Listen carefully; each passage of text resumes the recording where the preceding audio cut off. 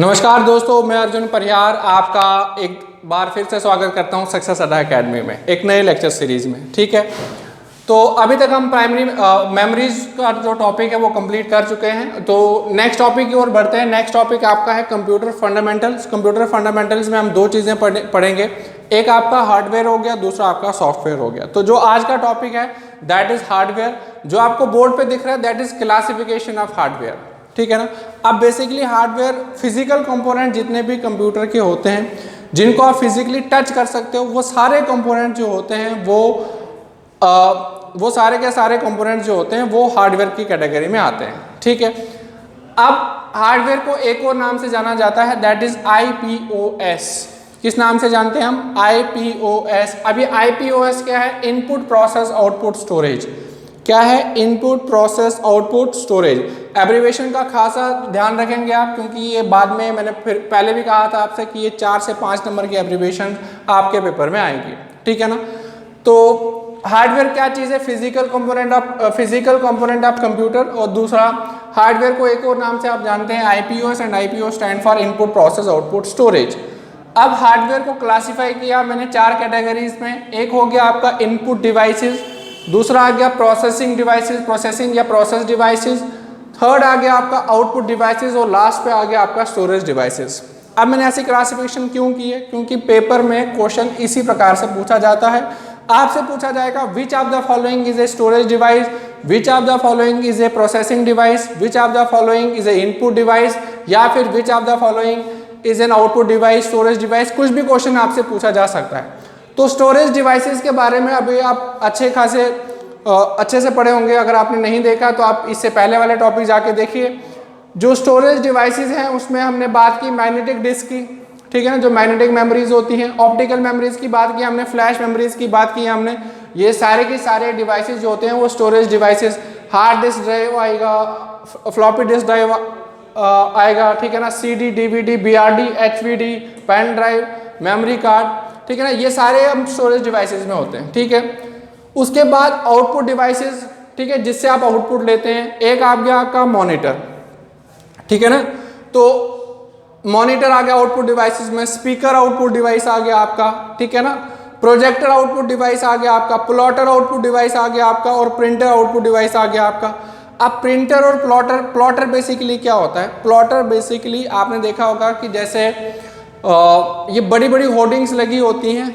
ठीक है ना, बड़ी बड़ी होर्डिंग्स लगी होती हैं, ये जिससे प्रिंट होती है उसको हम प्लॉटर कहते हैं।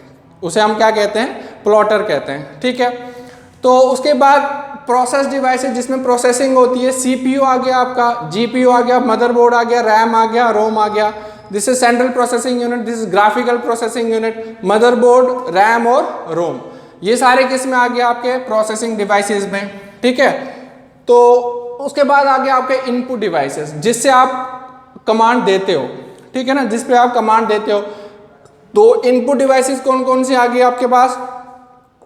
कीबोर्ड आ गया, कीबोर्ड से आप डेटा को एंटर कर सकते हो। माउस आ गया, OCR आ गया, OMR आ गया, MICR आ गया, BCR आ गया, QR आ गया, जॉयस्टिक आ गया, स्टाइलस आ गया, बायोमेट्रिक आ गया, स्कैनर आ गया, वेबकैम आ गया, ट्रैक बॉल आ गया, लाइट पेन आ गया, टच पैड आ गया, टच स्क्रीन आ गया, और माइक्रोफोन आ गया।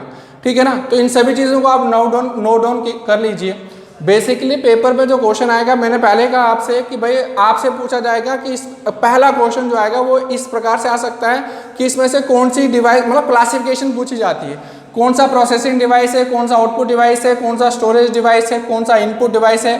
तो ये क्लासिफिकेशन आप नोट डाउन कर लीजिए।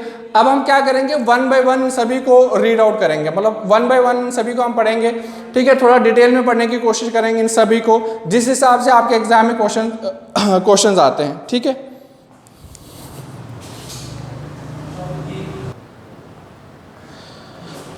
तो अभी तक आपने देखा कि भाई हमने क्लासिफिकेशन सीखी यहाँ पे। ठीक है ना, क्लासिफिकेशन अभी तक हम सीख रहे थे।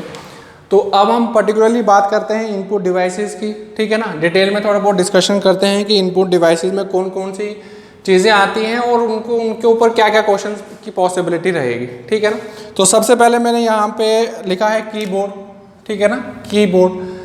तो कीबोर्ड बेसिकली बेसिक फंक्शन क्या है कीबोर्ड का कि कोई भी रॉ डेटा को एंटर करना, ठीक है ना। जो आप कमांड देते हैं ना तो that is given with the help of keyboard. जो भी चीज़ आप लिखते हैं उसको रॉ डेटा कहा जाता है। फिर इस डेटा के ऊपर प्रोसेसिंग होगी, ठीक है ना। जो प्रोसेस डिवाइस डेटा आएगा उसको फिर आप इंफॉर्मेशन कहते हो। क्या कहते हो? इंफॉर्मेशन कहते हो, ठीक है। Keyboard was developed by Christopher Latham Sholes. आजकल इस प्रकार से भी क्वेश्चन आते हैं कि किसने डेवलप किया था। It was developed by Christopher Latham shocks.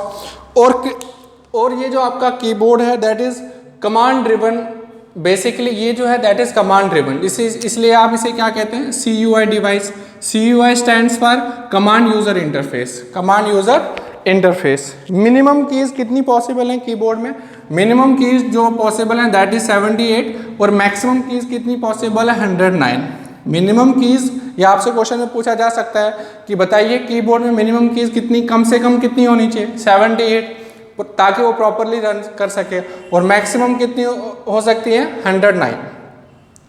लेकिन अभी आपके पास जो स्टैंडर्ड कीबोर्ड है, उस स्टैंडर्ड कीबोर्ड में कितनी कीज होती हैं? 104 कीज होती हैं, ठीक है। जो स्टैंडर्ड कीबोर्ड, स्टैंडर्ड मतलब जो नॉर्मली आपको कीबोर्ड प्रोवाइड करते हैं, लेते हो आप, ठीक है, वो कीबोर्ड में 104 कीज होती हैं, ठीक है। तो डिफरेंट टाइप्स के आपने कीबोर्ड देखे होंगे, जैसे QWERTY आ गया, जैसे आपके मोबाइल फ़ोन में, ठीक है, या फिर आप अपने कंप्यूटर के साथ जो भी आप कीबोर्ड वगैरह यूज़ करते हो वो बेसिकली ये वाला होता है QWERTY कीबोर्ड। कौन सा कीबोर्ड होता है? QWERTY कीबोर्ड जो हम लोग यूज़ करते हैं।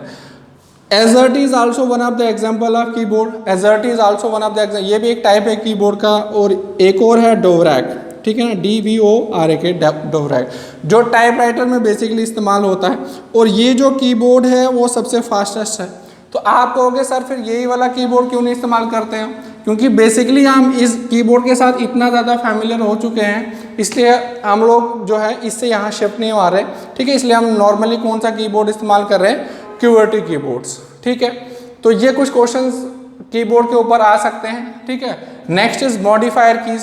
मॉडिफायर कीज वो कीज होती हैं, ठीक है, बेसिकली अपना इनका कोई फंक्शन नहीं है, लेकिन जब आप किसी और कीज के साथ इनका यूजेज करोगे तो उन बाकी जो दूसरी कीज होंगी उनका जो नॉर्मल फंक्शन है, अगर आप उनको एज इट इज प्रेस करोगे तो वो नॉर्मली फंक्शन करती हैं, ठीक है। लेकिन अगर आप उनको मॉडिफायर कीज के साथ प्रेस करोगे तो उनके जो अदर फंक्शंस होंगे वो यूटिलाइज में आप ला सकते हो, ठीक है ना, ठीक है। जैसे आपने ऊपर देखी होंगी फंक्शन कीज जिसपे 1 2 3 4 भी लिखा होता है, लेकिन उनके साथ साथ में F1 F2 F3 ये सब ये भी लिखा होता है। तो अगर आपने वो फंक्शन कीज को इस्तेमाल करना है तो आपको साथ में मॉडिफायर कीज का इस्तेमाल करना पड़ेगा, जैसे शिफ्ट के साथ आप उनको यूजेज में लाते हो। तो कौन कौन सी मॉडिफायर कीज है? आल्ट, कंट्रोल, शिफ्ट और फंक्शन कीज, ठीक है ना। आल्ट, कंट्रोल, शिफ्ट और फंक्शन कीज। टोटल कितनी होती हैं? ये 4 मॉडिफायर कीज होती हैं। कितनी मॉडिफायर कीज होती हैं? 4। तो आपसे पेपर में पूछा जा सकता है which of the following is an example of modifier keys? Alt, control, shift और फंक्शन की। आपसे ये भी पूछा जा सकता है which of the following is an example of toggle keys? Toggle keys क्या है? बेसिकली ऑन ऑफ कीज होती हैं। क्या होती हैं? ऑन ऑफ कीज होती हैं टॉगल कीज, ठीक है। तो टॉगल कीज में कौन कौन से आते हैं? जैसे कैप्स लॉक हो गया, ठीक है ना, जिससे आप कैप्स लॉक से बेसिकली क्या होता है कि अगर आपको जैसे बड़ा ABC या छोटा ABC, जैसे higher case, lower case ABC अगर आपको लिखना है तो उसके लिए आप कैप्स लॉक का इस्तेमाल करते हो। उसी तरीके से अगर आपको नम लॉक का इस्तेमाल करते हो तो उससे जो नंबर्स होते हैं वो लॉक हो जाते हैं, फिर आप नंबर्स नहीं लिख पाओगे। स्क्रॉल लॉक भी उसी तरीके से होते हैं। इंसर्ट की भी उसी तरीके से होते हैं। तो टॉगल कीज बेसिकली कितनी है? टॉगल कीज भी बेसिकली 4 हैं। कितनी टॉगल कीज हैं? 4 हैं, ठीक है। और जो इंपॉर्टेंट जैसे स्पेस बार आ गया, तो स्पेस बार का नाम से ही पता चल रहा है कि एम्प्टी स्पेस को अगर आपको इंसर्ट करना है तो आप किसका इस्तेमाल करेंगे? स्पेस बार का इस्तेमाल करेंगे। और ये सबसे लॉन्गेस्ट की होती है। कौन सी सबसे लॉन्गेस्ट की होती है? आपकी स्पेस बार की। तो प्रिंट स्क्रीन यहीं से पता चल रहा है। प्रिंट स्क्रीन का मतलब होता है जो भी चीज़ आपकी स्क्रीन के ऊपर होगी वो कैप्चर हो जाएगी, ठीक है ना। प्रिंट स्क्रीन कैप्चर करने के लिए, ठीक है। टैब की का मतलब भी होता है टैबुलर की, ठीक है, टैबुलर की।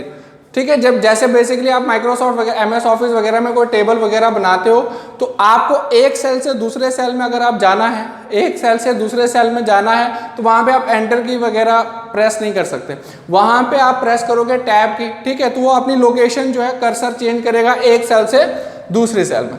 लेकिन टैब की को आप नॉर्मली जब आप लिखते हो ना, ठीक है, तो वहाँ पे भी इस्तेमाल कर सकते हो। अगर आपने एक बार टैब की को एंटर किया तो 1/2 इंचेस जो होगा कर्सर आपका अक्रॉस द पेज जो है वो मूव करेगा। कितने इंचेस?